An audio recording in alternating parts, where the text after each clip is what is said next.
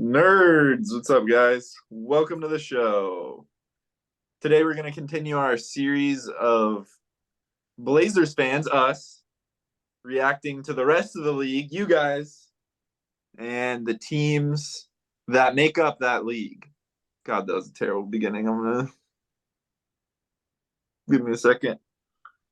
I thought it was fine. You just had to stay confident with it. What's up, nerds? Welcome to the pod. Today, we're going to continue our series of Blazers fans, us, reacting to teams throughout the league. We're going to go with the reigning, defending, undisputed world champion Denver Nuggets today. Going to react to their team. Wait, are they the best team in the world? Are we sure? World champions. If you guys don't get what we're laying down here, what was his name? Noah Lyles, Mr. What was Noah it? Lyles, who's a U.S. track star. He had a little issue, took some umbrage with the title of world champion for American sports, specifically the NBA, saying, what are we talking about here when we say the world? It's the United States, he said, as his voice jumped 3.5 octaves. It's and that's not the world. And the NBA Twitter community, God bless them, they came out hard on the poor guy, saying that maybe the United States isn't the world, but the NBA certainly has the best players in the world. And I would make the argument that at this point the NBA is international enough that, I mean, the NBA is the top of the heap for basketball players all over the world. And so, yeah, I mean, the Denver Nuggets are the world champions. They could probably beat just about anybody else in the field. If the rest of the world put together a super team, I think Denver might have a good shot against them. So that's the impetus for this The discussion. guy clearly doesn't watch basketball because, like, who are we saying that the Nuggets would have to beat to become world champion? The Shanghai Sharks or Tel Aviv basketball club Barcelona. or Barcelona, Madrid. So Like, all these players from those teams come to the NBA if they're competitive enough. That's a clear sign here that the NBA is the field. They're the world champions. we don't want Yeah, to and get too off that's track, like off Denver topic, but for example, look at the Olympics with, the best players from the NBA. Sometimes they go play for their national team, but a lot of the players choose to play for the US or like FIBA ball. When the United States doesn't win the gold medal, it's like a shocking upset for a reason because a lot of the best players play in the NBA during the non-Olympic time. So I don't and know, the pretty the the straightforward. only But like, time the I was just only gonna say, time but that go ahead. the only time that a United States team doesn't win the gold medal is if they come up against a team that has a bunch of other NBA players on it, or just an incredibly dominant NBA player. So yeah, I mean that's the whole point here, is that the best players from around the world go to the NBA. Looking at the Nuggets, they're keeping their starting lineup intact. Jamal Murray, Contavious Caldwell-Pope, Michael Porter Jr., Aaron Gordon, and Nikola Jokic all coming back off the bench. They still have Christian Brown, who really impressed last year, particularly in the finals. Reggie Jackson as well, veteran point guard who's been a contributor on a lot of winning teams. After that, I feel like they lost some of their depth. I don't know. Right now, they're on the depth chart on ESPN. The backup, like the 8th, 9th, and 10th guy, are Justin Holiday, Peyton Watson, and Zeke Naji, who I haven't heard of him. Holiday and Watson, obviously, I've heard of both of those guys. Watson was kind of a rode the pine last year for him. They're hoping he can make another step. And then I think they've got a rookie or two deeper in the lineup. So losing Jeff Green, losing Bruce Brown, I think that could end up hurting them more than people realize. They're going to need some of those younger players to step up and fill the veteran roles that those guys left. But even so, I think this is the team to beat this year. Obviously, Murray and Jokic, the best two-man combo in the NBA right now. And they've got a lot of great role players around them, guys who fit in real nicely. Caldwell Pope, Porter Jr., Aaron Gordon. If Michael Porter takes another step this year, which he very much has the capability to, I believe, then yeah, they're going to be a tough out. And I think probably the favorites to win the championship. Yeah, I don't know. It's a tough call to take the field. If I'm not to not take the field, because if I'm not mistaken, in the last 5 years, there's been a new champion every year. So I think we're in an era. That's a little different. I would probably take the field, but if you're talking highest chance of any one particular team, there's a lot of parity. Jokic makes the team instantly contender, 1 seed candidate, definitely in the regular season. Depending on how more of the rosters shake out, there could still be a Dame trade. There could still be James Harden move. There could still be stuff that happens. But yes, I'd argue they're definitely in the top 3 favorites right now, maybe along with, say, Milwaukee. It's going to be interesting because I do think that Bruce Brown was connective tissue for them last year. Kirby really likes to meme Bruce Brown. He was trying to meme him onto the Blazers last offseason because every player on the Blazers for the last 5 years that's been good has been 6'3" or a guard, guard body. But Bruce Brown was very crucial for them last year in that run. He played great defense. But they have a 7-foot MVP and a 6'10" power forward, a 6'9" small forward, a 6'6" shooting guard. I know, but I'm saying he fits well with them. He was connective tissue, though. He did a lot of the dirty work. He played good defense. He scored from all sides. He could hit threes. He could hit, some floaters. I think it's a huge loss for them. Jeff Green's on the tail end of his career, but we'll see how they can replicate what they had last year. I think Reggie Jackson might play a bigger role.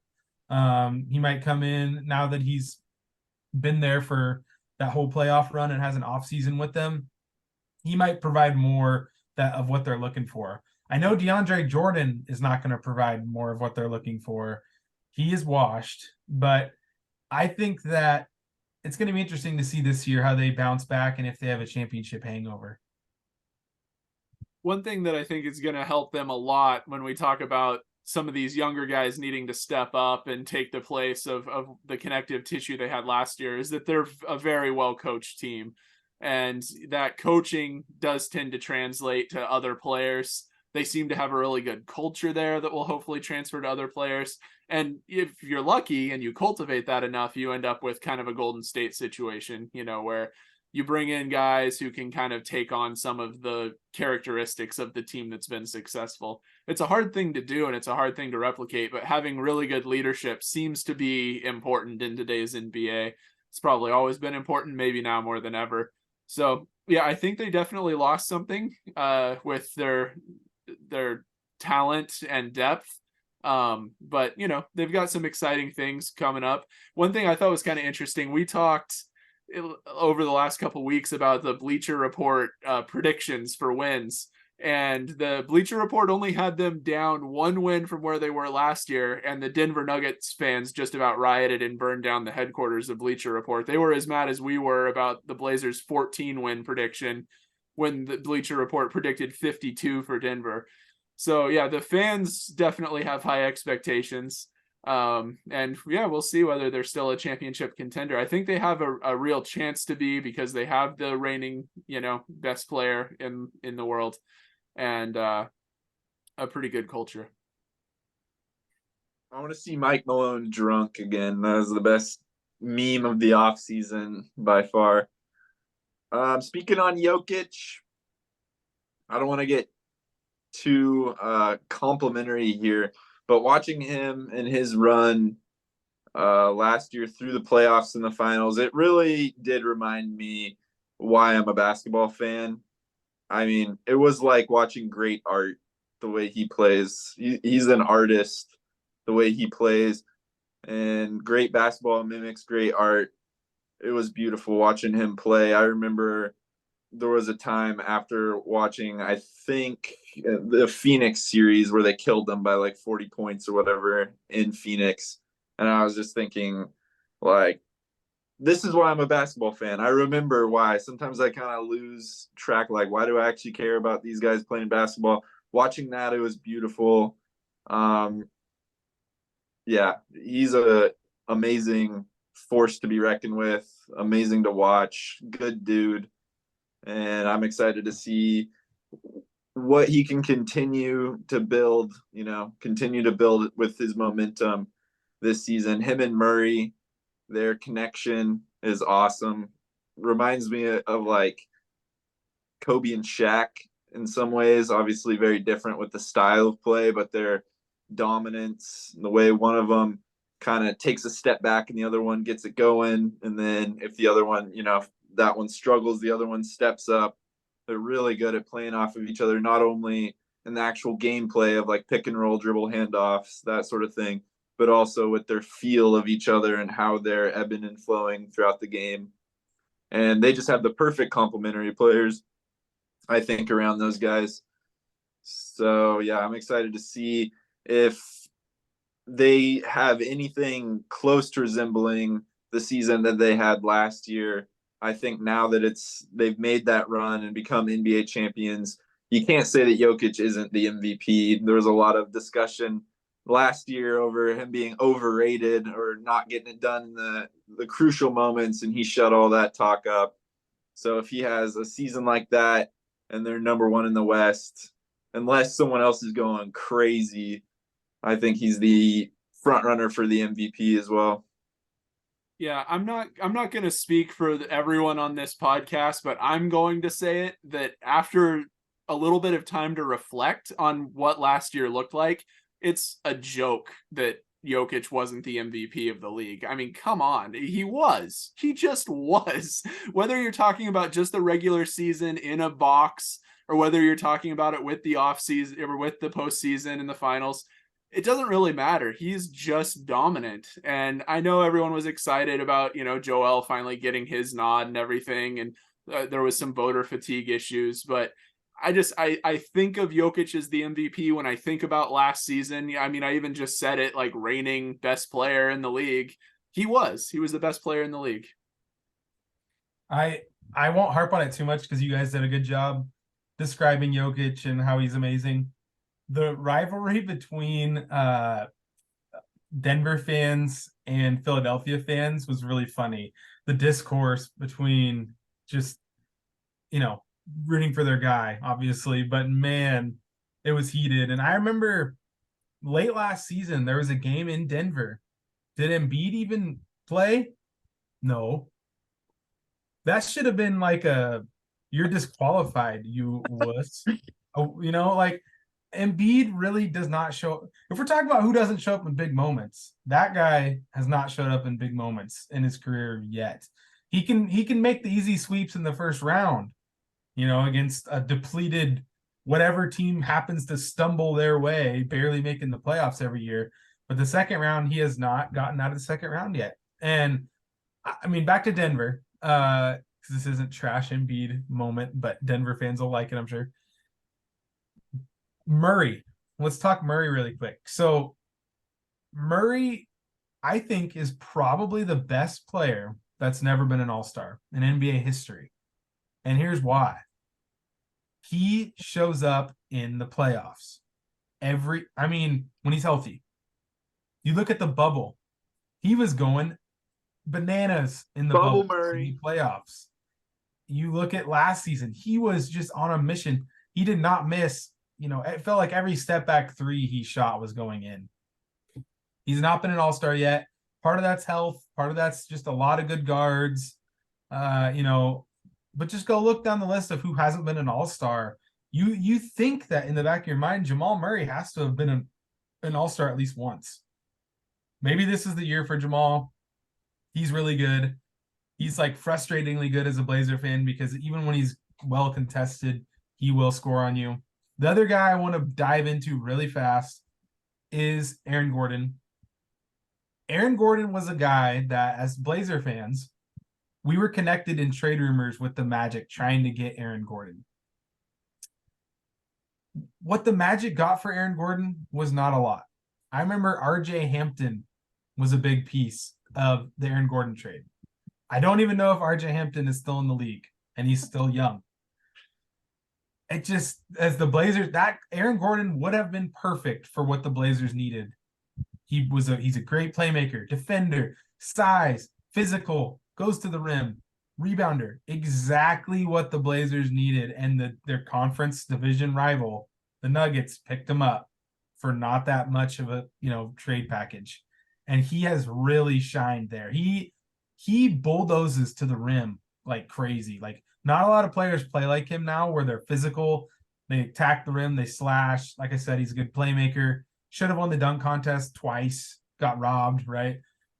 I just think Aaron Gordon fits on a lot of modern rosters, especially rosters that have shooting like the Nuggets do at almost every position, at every other position. So shout out to Aaron Gordon. He had a really good run as well, and underrated player as well. He was even getting kind of pre-All-Star nods before the All-Star break this year. Yeah, I was gonna mention when you were talking about Murray being not having an All-Star. I remember this last season. They were talking about Gordon being that second All-Star for the Nuggets, and man, he's just a perfect partner for Jokic, because Jokic can play that top of the key, high-low offense, and it just worked to perfection seemingly every single time during their run in the playoffs, where Gordon would get down low. And when you play that way, when you're passing to a guy already underneath the basket, the chances of an offensive foul are drastically reduced, because a lot of times in today's NBA, when you have a guy like Aaron Gordon who bulldozes his way to the hoop, he's getting a lot of charges called, a lot of always in foul trouble, turnover prone, that sort of thing. But when he's bodying the guy without the ball, and you got Jokic who can throw a pinpoint perfect pass to him down there for a dunk, it's just perfect situation. And then, like you mentioned, the floor spacers around those two guys,